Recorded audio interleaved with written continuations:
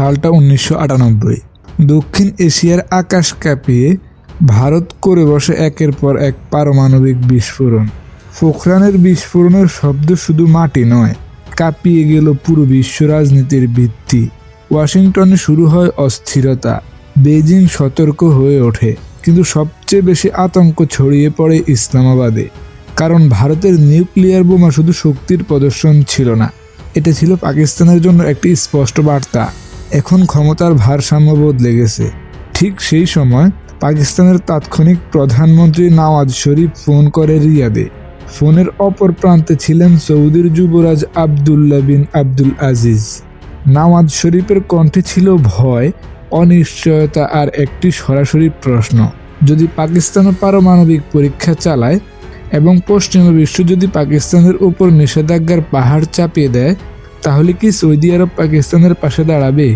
এই প্রশ্নের উত্তর শুধু তৎকালীন পাকিস্তানকেই বাঁচায়নি, এই প্রশ্নই ভবিষ্যতে এক ভয়ঙ্কর ভূরাজনৈতিক অ্যালায়েন্সের বীজ বপন করেছিল। পাকিস্তান পারমাণবিক পরীক্ষা করল, মুহূর্তের মধ্যেই পশ্চিম বিশ্বের নিষেধাজ্ঞা চাপালো। ডলার সংকট, জ্বালানি সংকট, খাদ্য সংকট সবই হওয়ার কথা ছিল, কিন্তু পাকিস্তান ভাঙল না। কারণ তখন সৌদি আরব প্রতিদিন 500 ব্যারেল তেল পাঠাচ্ছিল পাকিস্তানে ফ্রি অন কস্ট, অর্থাৎ পাকিস্তান ফ্রিতেই তেল পাচ্ছিল প্রতিদিন 500 ব্যারেল। এই তেল শুধু পাকিস্তানের গাড়ি চালায়নি, এই তেল পাকিস্তানের অর্থনীতিকে লাইফ সাপোর্টে রেখেছিল। এবং এখান থেকেই শুরু হয় এক নীরব বোঝাপড়া: আমরা তোমাদের অর্থনীতিকে বাঁচাবো, আর তোমরা সময় মতো আমাদের নিরাপত্তা দেবে। বর্তমান বিশ্বে সময় বদলেছে। নওয়াজ শরীফ এখন আর প্রধানমন্ত্রী নন, কিন্তু ইতিহাস যেন ঘুরে ফিরে আসে। আজ পাকিস্তানের প্রধানমন্ত্রী শাহবাজ শরীফ ভারতের সঙ্গে সামরিক উত্তেজনার কয়েক মাস পর পৌঁছেছেন রিয়াদে। সেখানে সই হয় এমন এক চুক্তি যা শুধু দক্ষিণ এশিয়া নয়, পুরো মধ্যপ্রাচ্যের শক্তির সমীকরণ বদলে দিতে পারে। Pakistan Saudi defence agreement.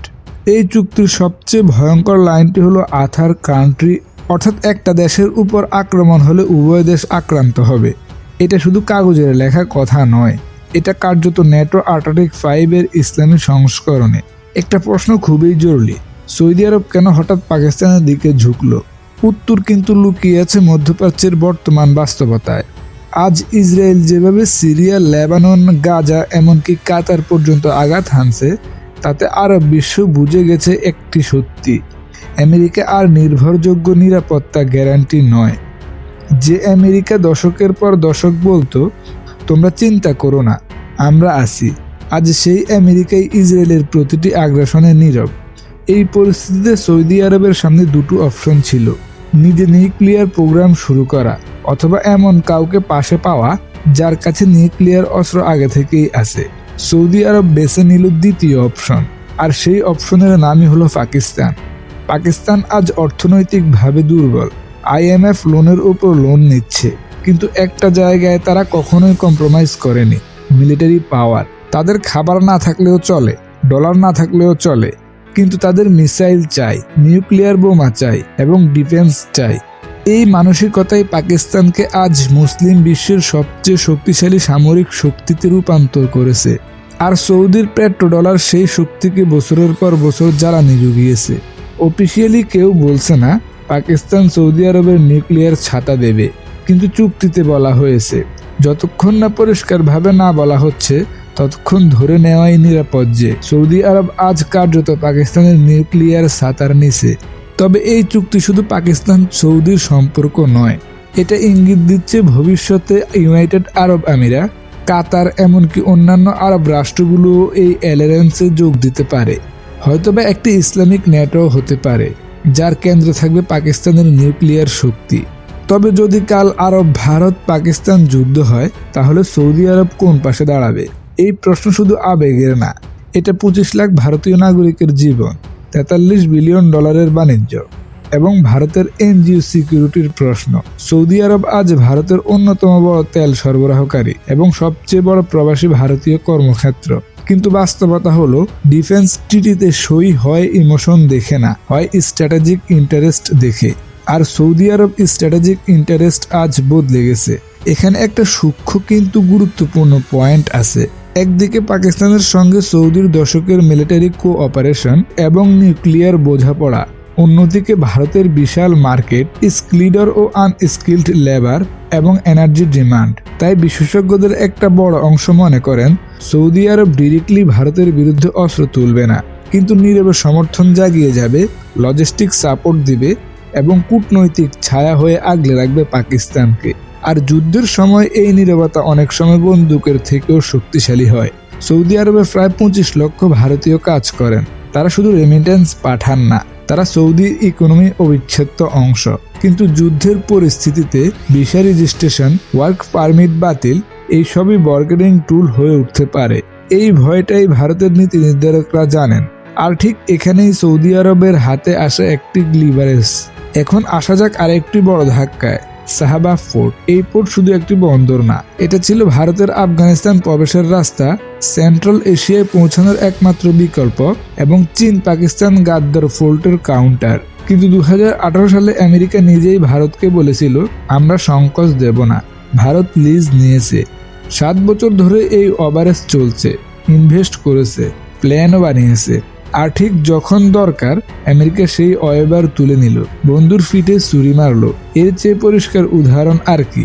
America জানে ভারতের আর কোনো অপশন নেই। এদিকে চীন সীমান্ত দখল, $100 বিলিয়ন ট্রেড ডিফিসিট। তবে সবচেয়ে সত্যটা এখানে, যেই পাকিস্তানকে টেরর ইস্যুতে আইসোলেট করার কথা ছিল, FATF এর চাপে ধরার কথা ছিল, আজ সেই পাকিস্তান চীনের সঙ্গে, ইরানের সঙ্গে, সৌদি আরবের সঙ্গে, এমনকি আমেরিকার সঙ্গেও বন্ধুত্বপূর্ণ। সব দিক দিয়েই সমানভাবে চলতেছে। টার্কি আজারবাইজান ওপেন সাপোর্ট দিচ্ছে, সৌদি আরব ডিফেন্স ট্রিটি সইও করেছে। তবে ভারতের কূটনীতি কি আজ জাতীয় স্বার্থের জন্য, না ব্যক্তিগত ব্র্যান্ডিং এর জন্য? Stadium show, Howdy Modi, singer reels, এসব দেখতে ভালো, ভোটেও কাজে দেয়, কিন্তু কূটনীতিতে সেখানে শেষ হয় না।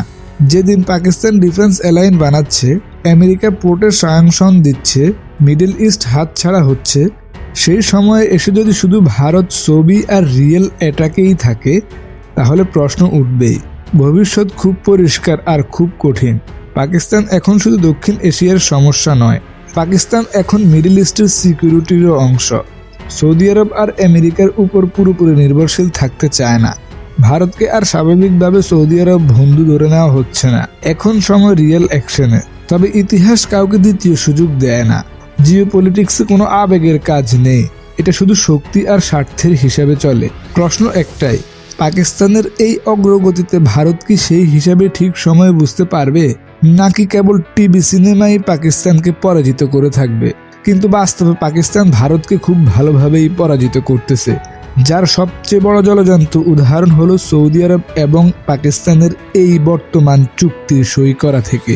তবে পরিশেষে বলাই যায়, ভারত এখন হিসেবে বড় ভুল করতেছে। ভারত তো আগে থেকেই পাকিস্তানের শত্রু হয়ে আছে। অন্যদিকে বাংলাদেশ, ভুটান, মিয়ানমার কিংবা শ্রীলঙ্কা সবার শত্রু হয়ে উঠতেছে। পরিশেষে বলাই যায়, ভারত দক্ষিণ এশিয়ায় তার আধিপত্য হারাচ্ছে।